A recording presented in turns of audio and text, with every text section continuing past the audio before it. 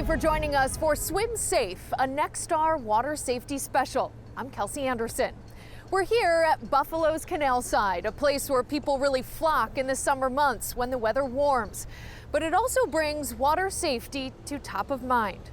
In the next 30 minutes, we'll hear from experts on how to swim safely at any age, any ability, and in any environment. We'll start at the YMCA, a place where people are learning how to swim every single day. I was a complete beginner. I was scared to put my face in the water. That's how I started. Wow. And now I can jump into the deep end and swim multiple laps. 8 months ago, after a disappointing trip to Florida where she couldn't snorkel with her family, Anita Balachandran signed up for swim lessons at the YMCA. She was in her mid-40s. She got placed with instructor Bill Westner. And when I told Bill the first class that I'm a little embarrassed, I'm starting to swim in my 40s, he said, I've taught 80-year-olds to swim. You're very young. We tend to build things up in our heads and build bigger barriers than there really are. So I try to help break through all of that, and I've had a lot of success with that. He encourages you a lot. It's a very positive environment, so that helped a lot. Today, she's able to jump in the deep end and do all the major strokes except butterfly, but she has the dolphin kick down. This adult Tuesday night class is one of 250 YMCA swim lessons in Erie and Niagara counties. And there are thousands across the U.S. at the nearly 3,000 Ys nationwide. So we start off as young as 6 months. That's going to be with our parent and child classes up to age 3. Then we're going to transition into preschool, offerings for 3 to 5-year-olds, segue into youth lessons, 5 to 13. And then from there we go, teens and adults kind of combine together upwards. So looking as young as 6 months, we've taught swim lessons to individuals in their 70s and 80s, so a very wide array.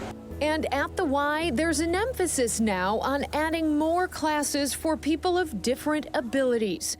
People with autism can sign up for an awesome swimmer's class. There are adaptive lessons as well.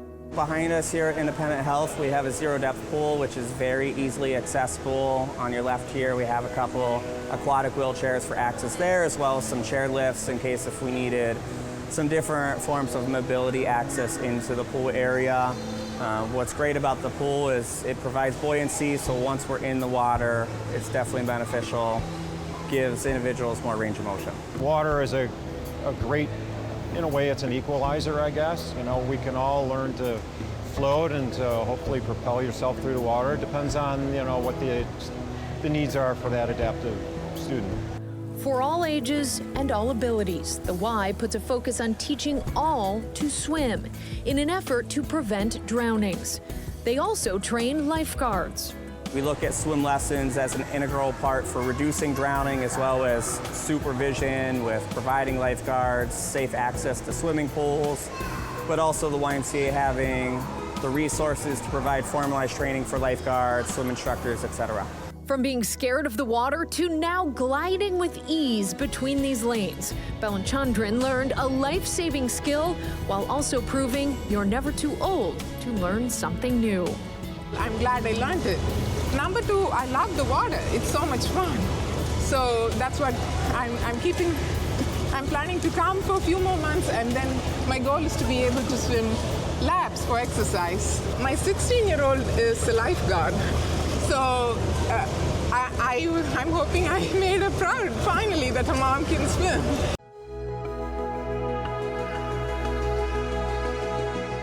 The American Red Cross has been, you know, the gold standard provider of water safety over the last 100 years.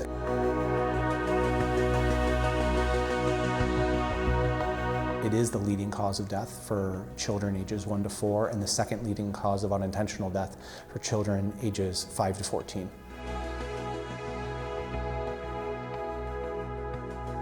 Not, you know, what you may see on TV with people flailing. You know, really what you need to do is you need to pay attention. You know, if there is someone that is underwater for an extended period of time or is not showing, you know, signs of life or movement, you know, that's when we need to act.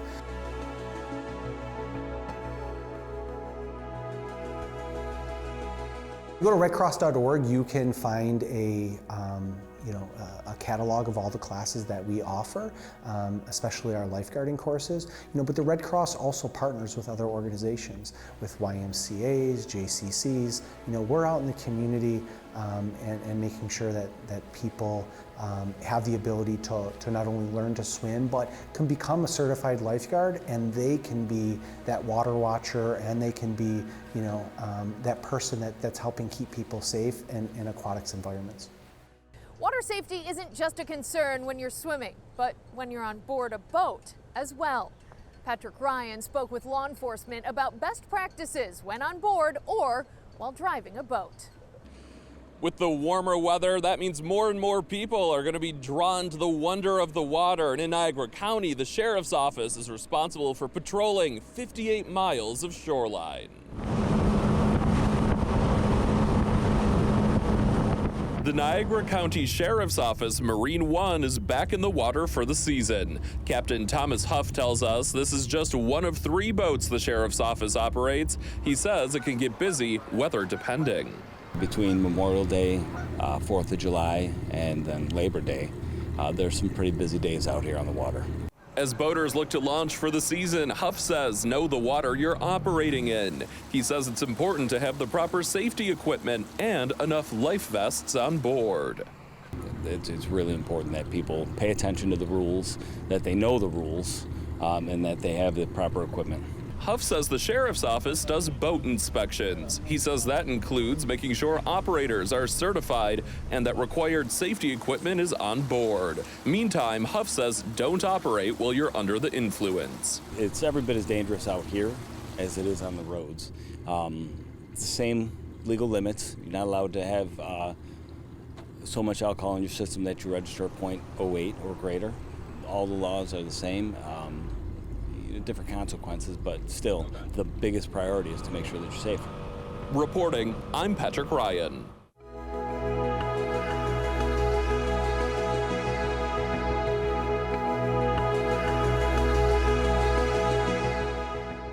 Always. You should always wear a life jacket when boating. It's always important to be safe.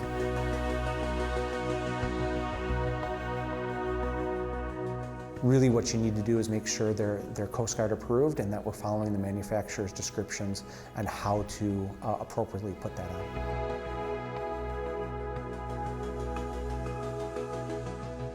It's an extra set of eyes. Even in situations where we have certified lifeguards that are in charge, having those extra set of eyes, having other individuals that are paying attention, it's so important. Even if you find yourself in an aquatics environment that is doing swim lessons and is actively guarded, a lot of times what you may see on that pool deck is parents with their cell phones, and whether it's looking through Instagram or Facebook or reading an email, they may not be actively watching that swimmer. Again, even if we have those certified lifeguards that are on the deck, having an extra set of eyes, can provide that extra layer of protection, which is so critical and important when you're dealing with, an environment like an aquatic space. We say in our lifeguard standards, you got 10 seconds to be able to scan your area that you're in, and then 10 seconds to respond. So, if someone is struggling, it should be no more than 20 seconds it should take to have action. Think about that when you're in your pools. Are we scanning every 10 seconds our full backyard pool or the body of water that our friends or children that are in? And do I have the ability to get to them within 10 seconds if something were to go wrong?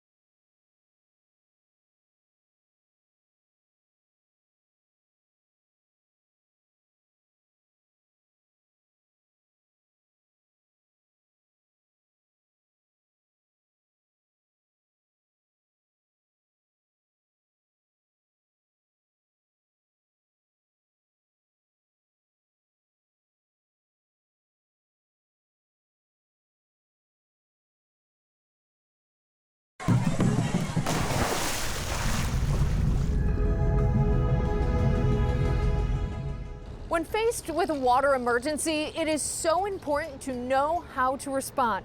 Jordan Norcus dives deeper into a vital life-saving skill with an expert demonstration on CPR. The American Heart Association has long encouraged everyone to be prepared for an emergency and learn CPR. And when it comes to water safety, knowing CPR is vital. To tell us everything you need to know right now, we are joined by an American Heart Association certified CPR instructor, Alik Matthews. Alik, thank you so much for joining us. Thank you for having me, Jordan. Why is CPR so crucial? It is the difference between life and death. We want to encourage everyone to know CPR on an act in a drowning emergency, be prepared and understand how to do and save someone's life. So people may see, there's been a push to learn hands-only CPR, but when it comes to water and drowning, CPR may look a little different. Maybe explain some of that. Absolutely. So with a traditional sudden cardiac arrest, your heart stops and that kind of shuts everything down. When you go into sudden cardiac arrest related to drowning, typically you stop breathing first because you're submerged in water. Once that happens, your heart stops after that. So it's a lot more important that we give these rescue breaths than someone who has drowned recently. All right, so without further ado, Alik is going to give us a demonstration. Let's get right to it. I'll let you lead the way. Yeah. So first and most important, we always have to verify scene safety. You don't want to end up a victim trying to help a victim, right? So once you do approach your victim, you want to get down and tap and shout. Hey, are you okay? Are you okay? What we're doing is we're checking for responsiveness and seeing if our victim actually wakes up. If they don't wake up, it is already a medical emergency and we need to get some help. We simply yell for help, say, hey, so I need some help. And once someone does arrive, you assign it to someone. I say, you call 911. Okay, don't just say someone call it, assign it to someone specifically, right? So tell them to call 911, and what you're gonna do next after that is you're gonna assess your victim. Check and see if the victim is actually breathing or not. We do something called the look and listen method. We go down to the chest, and you scan for chest rise and chest fall. This indicates that your victim is breathing. If you notice gasping, this is not normal and your victim is not breathing. Anytime we have someone who has recently drowned and are unresponsive and not breathing, we have to start CPR immediately. Right? The way we get into CPR with a drowning victim is slightly different. Like I said, we encourage breaths first. So what we do is we give 2 breaths via mouth to mouth, and then we move into compressions, which is kind of different than a typical sudden cardiac arrest. There are 3 components to giving an effective breath. One is you want to create a good seal. The second is you want to create a good airway. And the 3 is you want to give a good breath. So to create a good seal, what we're going to do is we're going to pinch the nose shut and put our mouth over the victim's mouth. This is going to create the seal so air doesn't escape. Next, we're going to do something called the head tilt chin lift method, which is as simple as putting your hand on their head and one on the chin and lifting up. This frees up the airway and prevents the tongue from blocking it and allowing air to travel into the lungs. After that, we give an effective breath, which is just 1 breath over 1 second, just enough to see chest rise, chest fall inside the victim. I'm going to show you now. Pinch the nose, grab the chin and the head, tilt back, mouth over their mouth.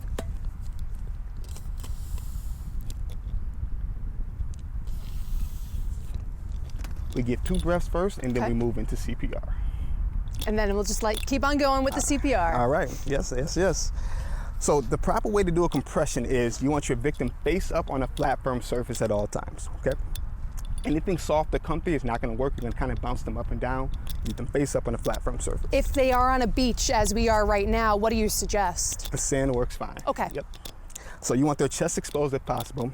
You're gonna take the heel of your dominant hand and stick it in the center of the chest on the lower half of the breastbone. You take your other hand and plop it right on top. Interlock your fingers, lock out your arms, and position your shoulders over your hands. This creates upper body leverage. And when you're ready, you're gonna push hard, fast, and deep in the center of the chest. Just like that.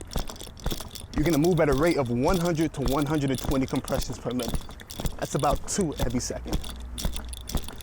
You're gonna count, and once you hit 30, you're gonna give 2 more breaths. Each compression is gonna be at least 2 inches deep, and you're gonna allow for chest recoil every single time.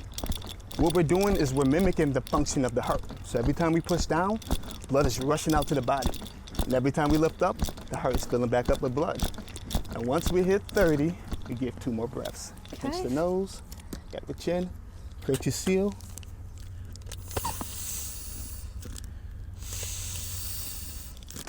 Perfect. And you could feel the chest. Yes, you can see the chest rise and chest fall. This is how you know you're giving a good breath. During the actual compression, some people may know that there are some songs that could kind of help them get that correct rhythm. Do you have some examples off the top of your head? Absolutely. The most tried and true is Staying Alive by the Bee Gees every single time. Staying alive. It works every time. Before we let you go, Alik, is there anything people should know? Maybe the time comes and they have to perform life-saving CPR if someone's drowning by the beach or the pool. What's your advice that they stay calm and, and really deliver the best CPR they can? Yeah, so unfortunately, drowning is extremely common. So it is something that you may experience. It's very important that you do remain calm. You simply call 911 and start those compressions and give those breaths as soon as possible. It is absolutely the difference between someone living and dying. All right, Alik, life-saving instructions and demonstrations you shared with us. Thank you so much for taking the time. And for you at home, if you would like to find CPR instruction near you, you can visit the American Heart Association at www.heart.org/nation.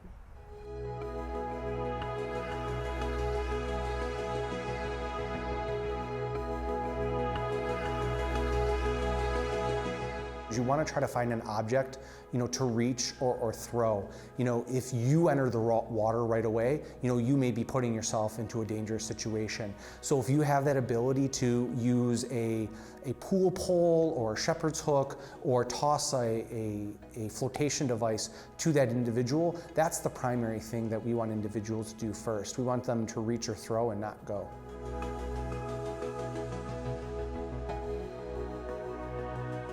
When we have community members that are learning CPR, you're creating that network around a community that has that ability to respond. So whether it's a certification course or hands-only CPR, having that ability to sustain life during a heart-related emergency is important and is a way that you as a community member can help your neighbor.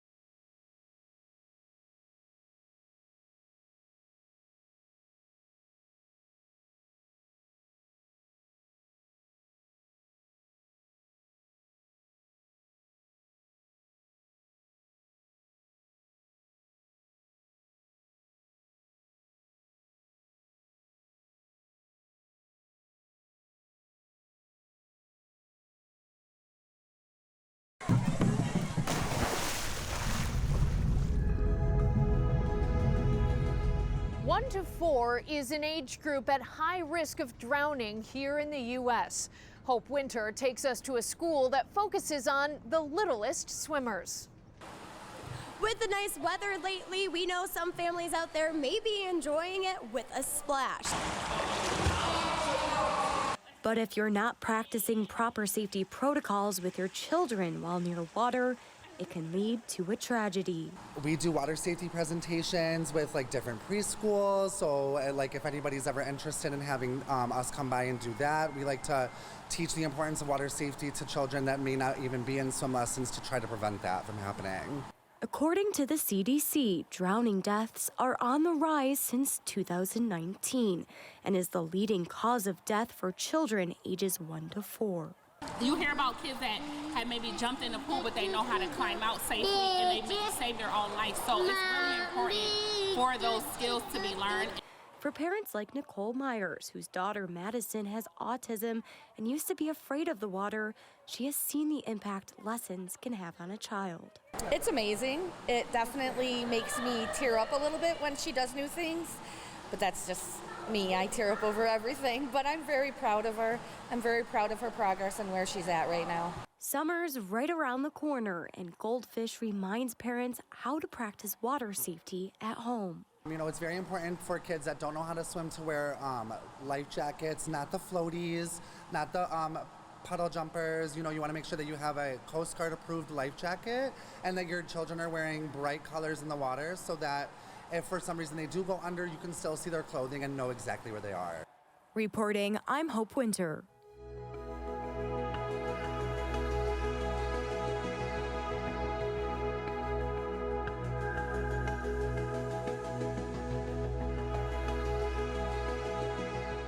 Even getting into the bathtub, you have to ask permission. Not only to enter a body of water, but to be around that body of water. So teaching, young people, to ask that permission and making sure that an adult is aware that you're entering that water is so critical and important. Once you do give that permission, it's how to safely enter the water, how to exit the water, and then we start getting into the strokes.